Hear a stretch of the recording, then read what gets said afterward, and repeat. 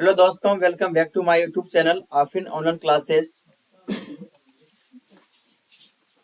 आज मैं आप लोगों को क्लास 10वीं के बायोलॉजी का सेकंड चैप्टर का सब्जेक्टिव पढ़ाऊंगा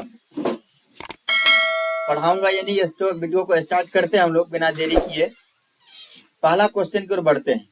क्लास 10वीं के लिए बायोलॉजी का यानी कि मैं केमिस्ट्री फिजिक्स को पढ़ा चुका हूँ। जितना भी सब्जेक्टिव था उसका सब्जेक्टिव एग्जाम की दृष्टि से महत्वपूर्ण था वो पढ़ा चुका हूँ, और ये बायोलॉजी का सेकंड चैप्टर आज स्टार्ट कर रहा हूँ। इसका पहला क्वेश्चन है पादप हार्मोन क्या है। पहला क्वेश्चन क्या है, पादप हार्मोन क्या है। इनका आंसर देखिए क्या है। पादप हार्मोन, पादप पौधों में कुछ रासायनिक पदार्थों की वृद्धि होती है। पादप पौधों में कुछ रासायनिक पदार्थों की वृद्धि होती है। ये उनकी गतिविधि को नियंत्रण तथा समन्वय करते हैं। ये उनकी गतिविधियों क्या करते हैं, देख रेख करते हैं, उनका सुरक्षा करते हैं। वही रसायन पादप हार्मोन कहलाते हैं। वही रसायन क्या कहलाते हैं, पादप हार्मोन कहलाते हैं। ठीक है। अगला है आपका क्वेश्चन, प्रकाश अनुवर्तन और गुरुत्वानुवर्तन में क्या अंतर है। प्रकाश अनुवर्तन और गुरुत्वानुवर्तन में क्या अंतर है। उनका आंसर इस तरह से है। प्रकाश अनुवर्तन का पहले देख लेते हैं कि पौधे के शीर्ष प्रकाश की दिशा में अग्रसर होते हैं। यह प्रकाश अनुवर्तन क्या होते हैं कि पौधे के शीर्ष प्रकाश की दिशा में, शीर्ष बोले तो ऊंचे वाला भाग, जिसको हम लोग छिप्पी बोलते हैं आम भाषा में, शीर्ष ऊंचे वाला भाग, इसे प्रकाश अनुवर्तन कहते हैं। दूसरा आपका है गुरुत्वानुवर्तन। पौधे के जड़ गुरुत्वाकर्षण की दिशा में अग्रसर होते हैं। पौधे के जड़ गुरुत्वाकर्षण की दिशा में अग्रसर होते हैं, इसे गुरुत्वानुवर्तन कहा जाता है। इसे क्या कहते हैं, गुरुत्वानुवर्तन कहा जाता है। ये आपका था दूसरा क्वेश्चन। तीसरा क्वेश्चन आपका है प्रतिवर्ती क्रिया तथा प्रतिवर्ती चाप में क्या अंतर है। प्रतिवर्ती क्रिया तथा प्रतिवर्ती चाप में क्या अंतर है, उनको देखते हैं। इनका आंसर है प्रतिवर्ती क्रिया वह क्रिया है जिसे मेरुरज्जु नियंत्रित करता है। जिसे क्या कहता है, मेरुरज्जु नियंत्रित करता है, तथा यह क्रिया हमारी इच्छा से नियंत्रित नहीं होती। इसके विषय में हम सोच नहीं सकते। प्रतिवर्ती चाप न्यूरॉनों में आवेग संचरण के निश्चित पथ में होता है। इस पथ को प्रतिवर्ती चाप कहते हैं। इस पथ को क्या कहते हैं, प्रतिवर्ती चाप कहते हैं। ठीक है। अगला क्वेश्चन आपका है मनुष्य में चीनी के पाचन में कौन सा हार्मोन सहायक होता है। मनुष्य यदि चीनी खा रहा है, शक्कर खा रहा है, तो उनके पाचन में कौन सा हार्मोन अत्यधिक सहायक होता है, उनके बारे में देखते हैं। तो चीनी के पाचन में इंसुलिन सहायक है। चीनी के पाचन में क्या है, इंसुलिन सहायक है, जिसकी कमी से मधुमेह रोग हो जाता है। देखिए चीनी की कमी से क्या होता है, इंसुलिन की कमी से चीनी रोग हो जाता है, मधुमेह रोग हो जाता है। मधुमेह यानी कि डायबिटीज जिसको बोलते हैं, चीनी बीमारी है ना। आम भाषा में यदि डॉक्टर उसका चेकअप करते हैं तो पता चलता है कि उसका जो है ना मूत्र यानी कि पेशाब जो होता है वो मीठा पड़ जाता है, इसके ऊपर चींटी लगने लगती है। ये आपका था।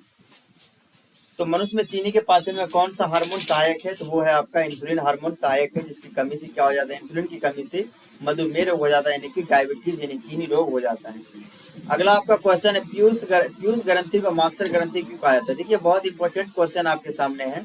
पीयूष ग्रंथि को मास्टर ग्रंथि क्यों कहा जाता है, पीयूष ग्रंथि को क्या कहता है, मास्टर ग्रंथि क्यों कहा जाता है, वो देखना आपको। इनका आंसर है पीयूष ग्रंथि मस्तिष्क के आधार तल पर ऑप्टिक काइज्म के पीछे सेलाटर्सिका का गुहा में बंद रहती है। यानी पीयूष ग्रंथि मस्तिष्क के आधार तल पर ऑप्टिक काइज्मा के पीछे सेलाटर्सिका गुहा में बंद रहती है। शरीर का शायद ही ऐसा कोई ऐसा अंग हो जो पीयूष ग्रंथि से प्रभावित न होता हो।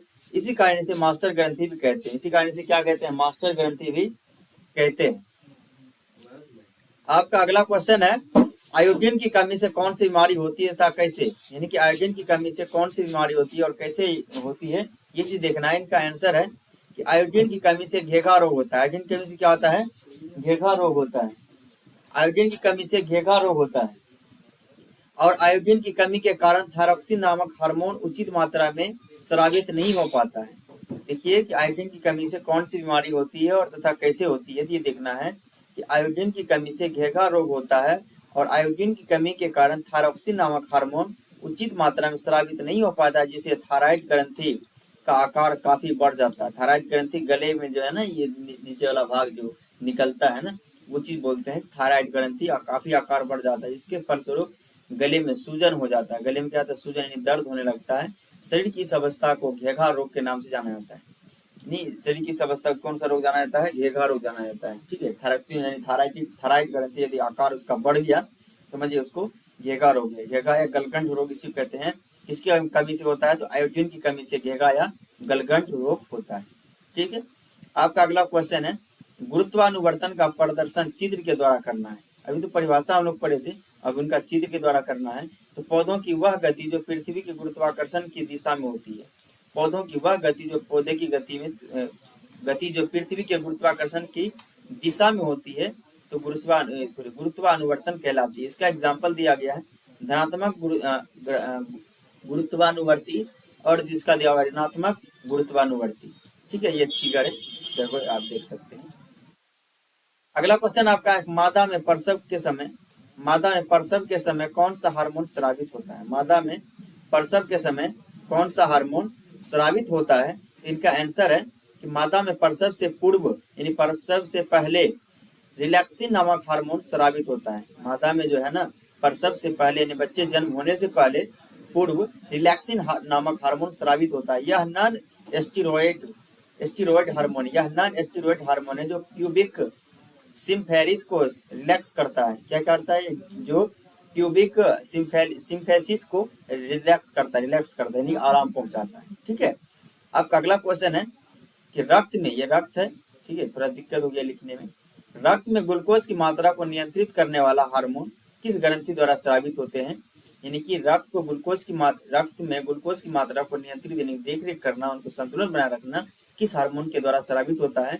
तो रक्त में ग्लूकोज की मात्रा को नियंत्रित करने वाला हार्मोन अग्नाशय में विशिष्ट प्रकार की कोशिकाओं के समूह लैंगरहैंस की द्वीपिकाएं द्वारा स्रावित होती है।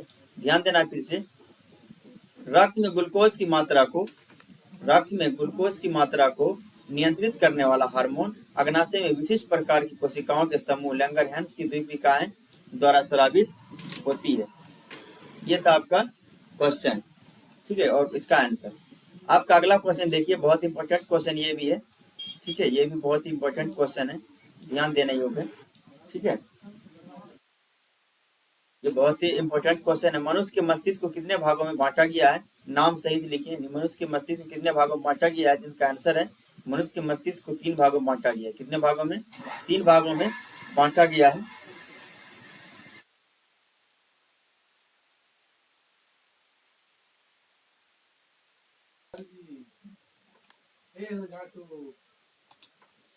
आपका अगला सवाल था, मनुष्य के मस्तिष्क को कितने भागों में बांटा गया है? इसका नाम सही लिखिए।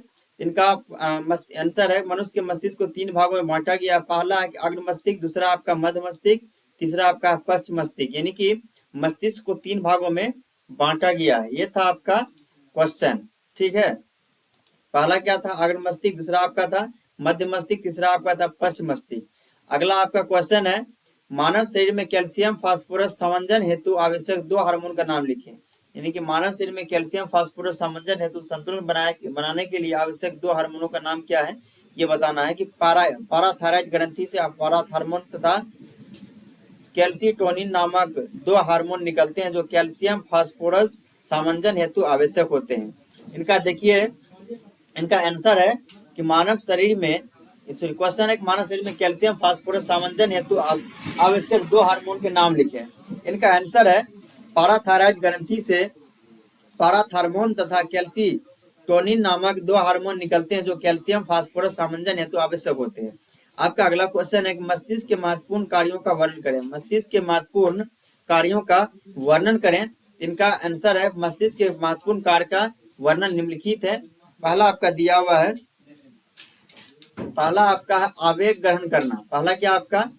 आवेग ग्रहण करना। पहला है आवेग ग्रहण करना, तो मस्तिष्क में ग्रहण किए गए आवेगों का विश्लेषण करना। ठीक है, उसको डिफाइन करना। विश्लेषण करने का मतलब हुआ इसको डिफाइन करना। आपका दूसरा है कि ग्रहण किए गए आवेगों की अनुक्रिया करना।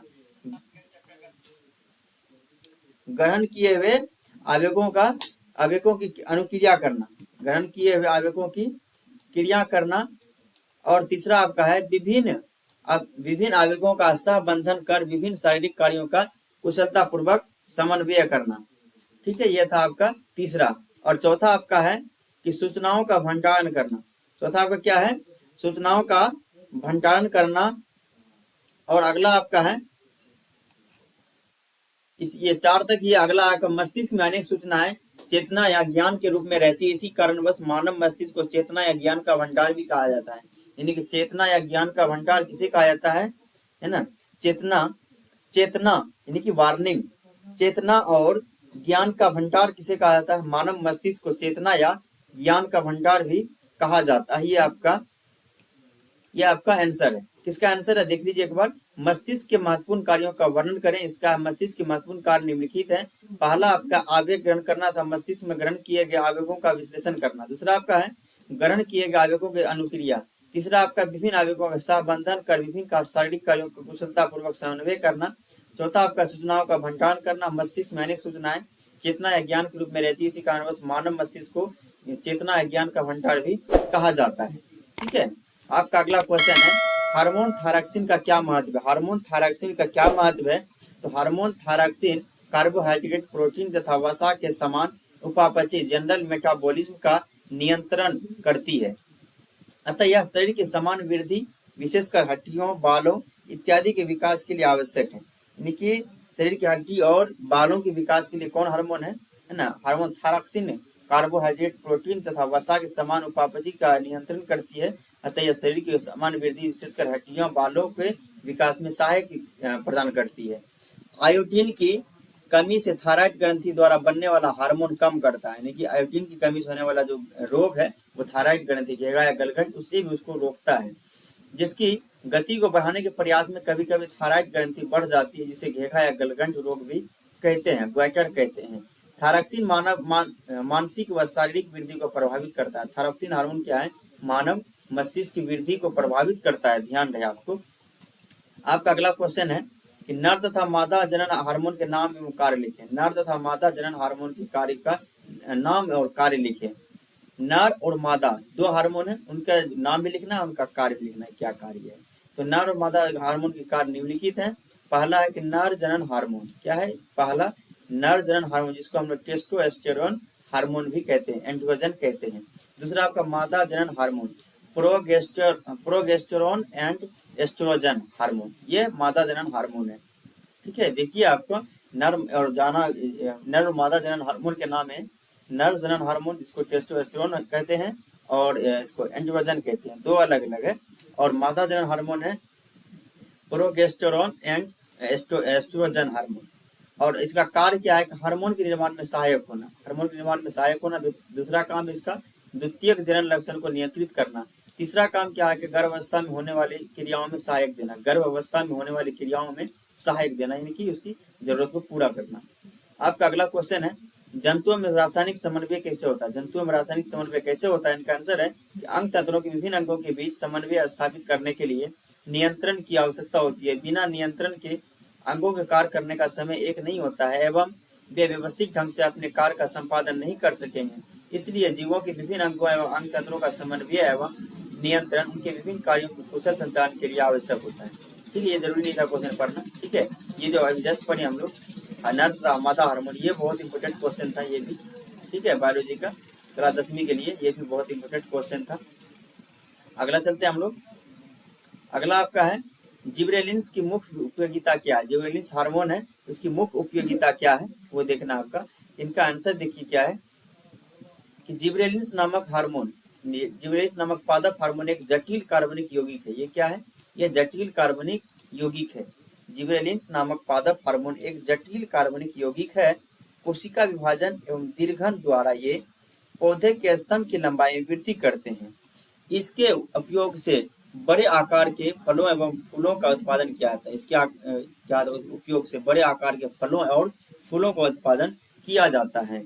अगला आपका बीज रहित, यानी कि जिसमें बीज ना हो, वैसे फलों के उत्पादन में ये ऑक्सीजन की तरह सहायक होते हैं। यानी कि बीज रहित फल, जिसमें बीज नहीं रहता है वैसा फल। ठीक है। तो जिबरेलिन्स नामक जो पदार्थ है, जिबरेलिन्स की मुख्य उपयोगिता, जिबरेलिन्स नामक पदार्थ हार्मोन एक जटिल कार्बनिक यौगिक है। कोशिका विभाजन एवं दीर्घन द्वारा ये पौधे के स्तंभ की लंबाई वृद्धि करते हैं। इनके उपयोग से बड़े आकार के फलों एवं फूलों का उत्पादन किया जाता है। बीज रहित फलों के उत्पादन में ये ऑक्सीजन की तरह सहायक होते हैं। ठीक है, ये था आपका आंसर।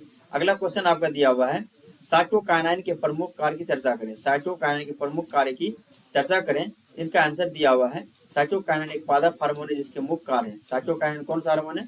पादप हार्मोन, ध्यान दें आपको, ठीक है। साइटोकाइनेन कौन सा हार्मोन है? पादप हार्मोन है। इनका है कि कोशिका द्रव का विभाजन। दूसरा आपका बीज की परिशक्ति को खत्म कर उसकी आंकुरण को प्रोत्साहित करता है।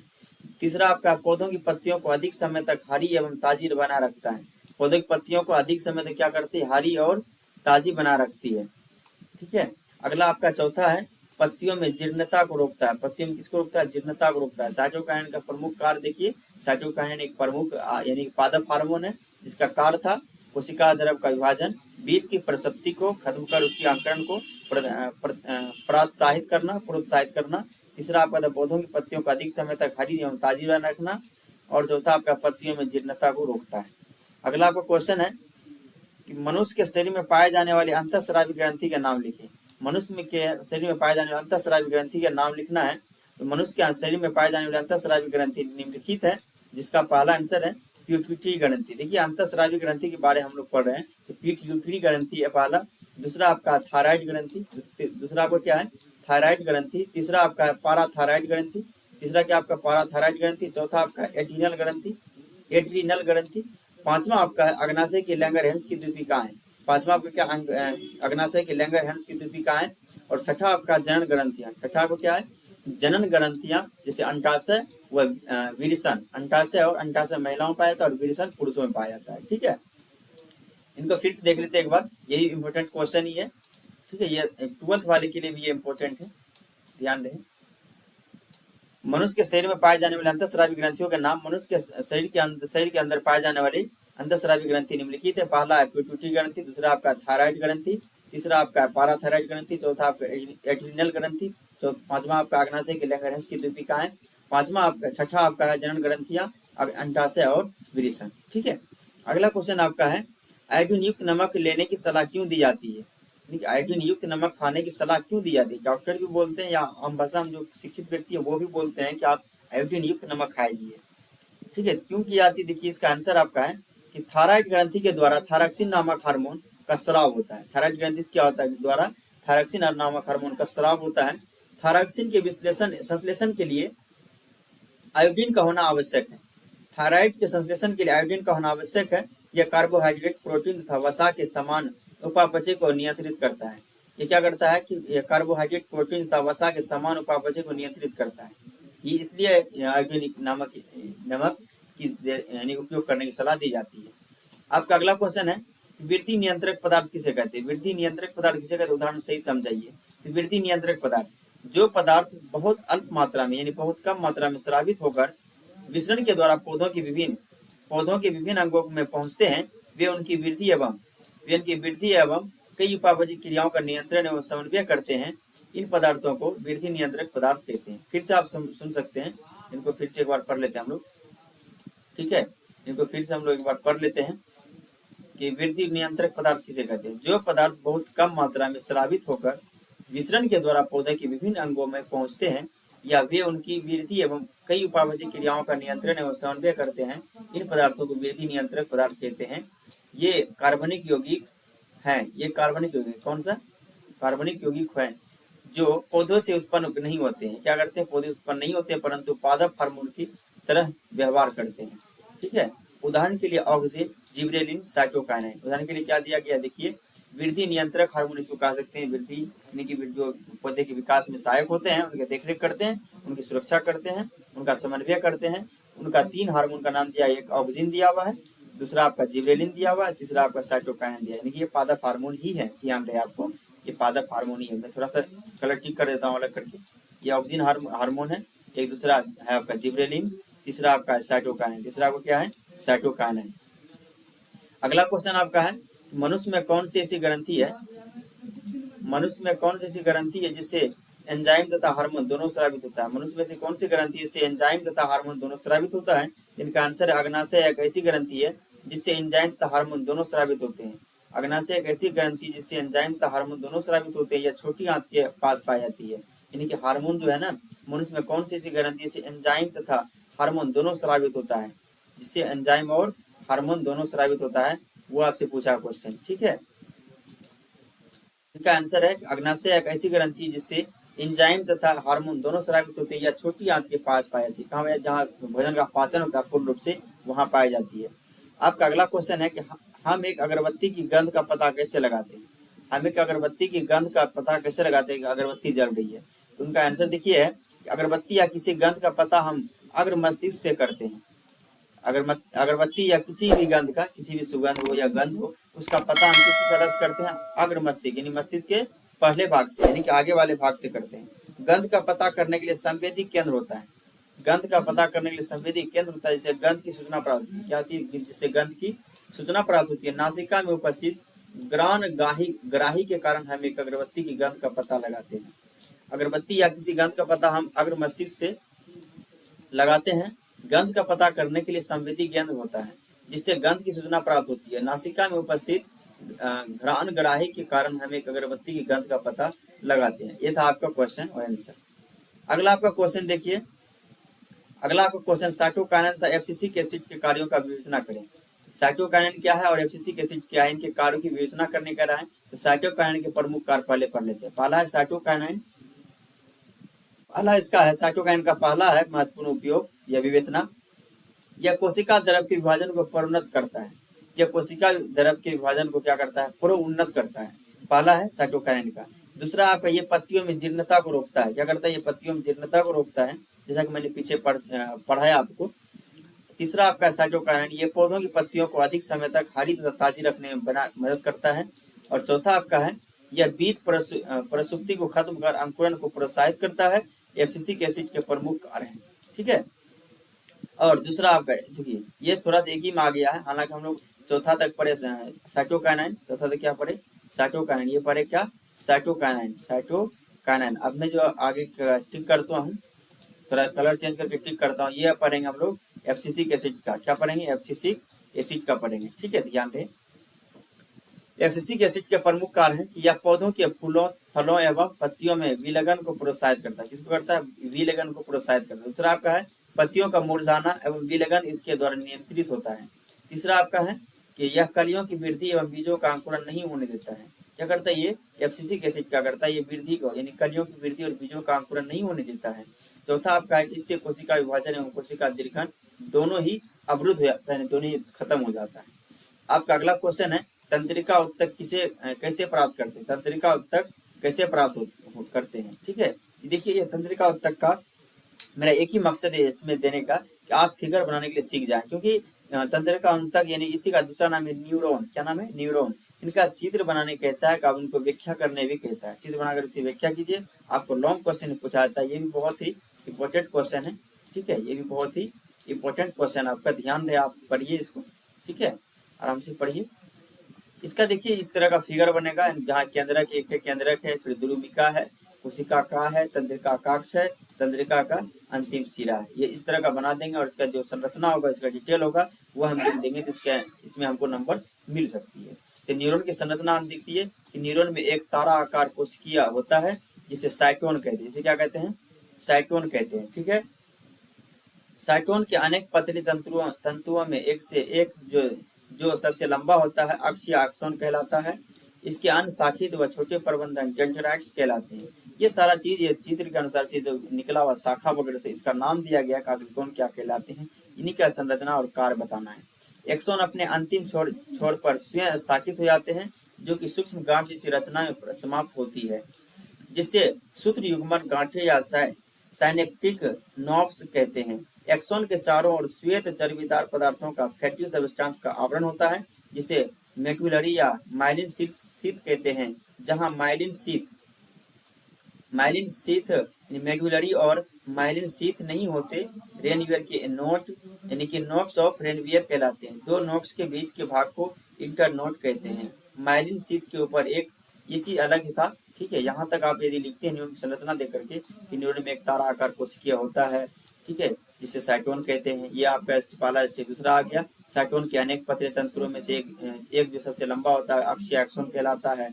इसके अन्य शाखित व छोटे प्रबंधक डेंड्राइट्स या डेंड्राइट्स कहलाते हैं। एक्सोन अपने अंतिम छोर पर स्वयं शाखित हो जाते हैं। सूक्ष्म की गांठ जिसे रचना में समाप्त हो जाती है। ये सारा चीज यदि हम लिख देते इतना भी हमको 5 नंबर ये दे देगा, ये मिल जाता है। ठीक है, अगला क्वेश्चन चलते हैं। अगला क्वेश्चन आपका क्या है, एक पादप हार्मोन का उदाहरण दीजिए जो वृद्धि को बढ़ाता हो। एक ऐसा पादप हार्मोन का नाम बताना जो वृद्धि को बढ़ाता हो। तो क्या करता है, वृद्धि को बढ़ाता हो, उसका उदाहरण देना आपको। ठीक है, तो एक पादप हार्मोन के उदाहरण दीजिए जो वृद्धि को बढ़ाता है। इनका आंसर है कि पौधों की जैविक क्रियाओं के बीच समन्वय स्थापित करने वाले रासायनिक पदार्थ को पादप हार्मोन या फाइटो हार्मोन कहते हैं। पौधों की जैविक क्रियाओं के बीच समन्वय स्थापित करने वाले रासायनिक पदार्थ को पादप या फाइटो हार्मोन कहते हैं। इन्हीं में से एक महत्वपूर्ण पादप हार्मोन है, इन्हीं में से एक महत्वपूर्ण पादप हार्मोन है जिसे ऑक्सिन कहते हैं। ऑक्सिन, ऑक्सिन पौधों के स्तंभ शीर्ष यानी कि ऊंचे वाला भाग, इसका जो छिपी वाला भाग आम भाषा में बोलते हैं ना कि शीर्ष उसी को बोलते हैं, पर मुख्यतः संश्लेषित होने वाली यह कार्बनिक यौगिक कार्बनिक कोशिका विभाजन एवं कोशिका दीर्घन में सहायक होता है, करते हैं। क्या करते हैं, सहायक करते हैं। जब पौधों पर प्रकाश पड़ता है, जब पौधों पर प्रकाश पड़ता है तो ऑक्सिन प्रो के छाया वाले भाग की ओर विस्तृत हो जाता है। क्या हो जाता है, विस्तृत हो जाता है। कोशिका दीर्घन द्वारा यह ऑक्सिन तने की वृद्धि में सहायक होते हैं। यदि स्तंभ का शीर्ष काट दिया जाए तो पौधे की लंबाई वृद्धि रुक जाती है, वह पार्श्व शाखाएं निकलने लगती है। क्या अधिकतर बीज रहित फलों के उत्पादन में सहायक होते हैं। यानी क्या होता है, पौधे की वृद्धि को रोकना है तो उसका जो शीर्ष वाला भाग उनको काट दीजिए। यदि उनको काटते हैं तो उनका जो है ना पार्श्व शाखा, उनके अगल बगल में शाखाएं निकलना शुरू हो जाती है। ये था आपका आंसर। अगला क्वेश्चन लास्ट और अंतिम सवाल है क्लास 10वीं के सेकेंड चैप्टर का बायोलॉजी का, है ना। और सब्जेक्टिव, ये सब्जेक्टिव सब बहुत इंपॉर्टेंट सब सब्जेक्टिव मैं आपको बता रहा हूँ। हालांकि आप लोग पढ़िएगा तो आपको बढ़िया नंबर केमिस्ट्री में मिल सकता है एग्जाम, बिहार बोर्ड के एग्जाम। ठीक है, तो हम लोग सवाल देखते हैं लास्ट और अंतिम सवाल। अंतःस्रावी और बाह्य स्रावी ग्रंथि में क्या अंतर, अंतःस्रावी और बाह्य स्रावी ग्रंथि में अंतर। तो अंतःस्रावी और बाह्य स्रावी ग्रंथियां में अंतर नीचे दिया गया है, इसको देखना है। अंतःस्रावी ग्रंथियां, बहिस्रावी ग्रंथियां, देखिए यह आपका अंतर है कि अंतःस्रावी और बाह्यस्रावी ग्रंथि में क्या अंतर है, वो चीज देखना है। इनका आंसर है अंतःस्रावी और बाह्यस्रावी ग्रंथियां। अंतःस्रावी ग्रंथियां ये नलिका विहीन होती है। ये नलिका क्या, ये नलिका विहीन, इसमें नलिका नहीं होती है और इनकी अपनी नलिका होती है। बाह्यस्रावी क्या होती है, बाह्य यानी कि बाहरी स्रावी, बाहरी ग्रंथि क्या होती है, अपनी नलिकाएं होती है। ठीक है, दूसरा आपका है अंतःस्रावी का, इनका स्राव यानी कि स्राव रक्त के द्वारा संकेतित अंग तक पहुंचाया जाता है। इसका स्राव होता है ये रक्त के द्वारा संकेतित अंग तक पहुंचाया जाता है। दूसरा आपका है ये अपने स्राव शरीर के भीतरी भागों में पहुंचती है, ये अपने स्राव शरीर के भीतरी भागों में पहुंचती है। अगला तीसरा आपका है कि विशेष अंगों की उचित वृद्धि और कार्यों के लिए उत्तरदायी होता है। अंतःस्रावी ग्रंथि क्या है, ये विशेष अंगों की उचित वृद्धि और कार्यों के लिए उत्तरदायी होता है। और बाह्य स्रावी यानी बाहरी स्रावी ग्रंथियां जो होती है ये भोजन और बाहरी पदार्थों पर कार्य करने में निपुणता रखती है, ये भोजन और बाह्य पदार्थों पर कार्य करने में निपुणता रखती है। ये था आपका लास्ट और अंतिम सवाल क्लास 10वीं के बायोलॉजी का सेकंड चैप्टर का। Thank you, best of luck, मिलते हैं अगले वीडियो में।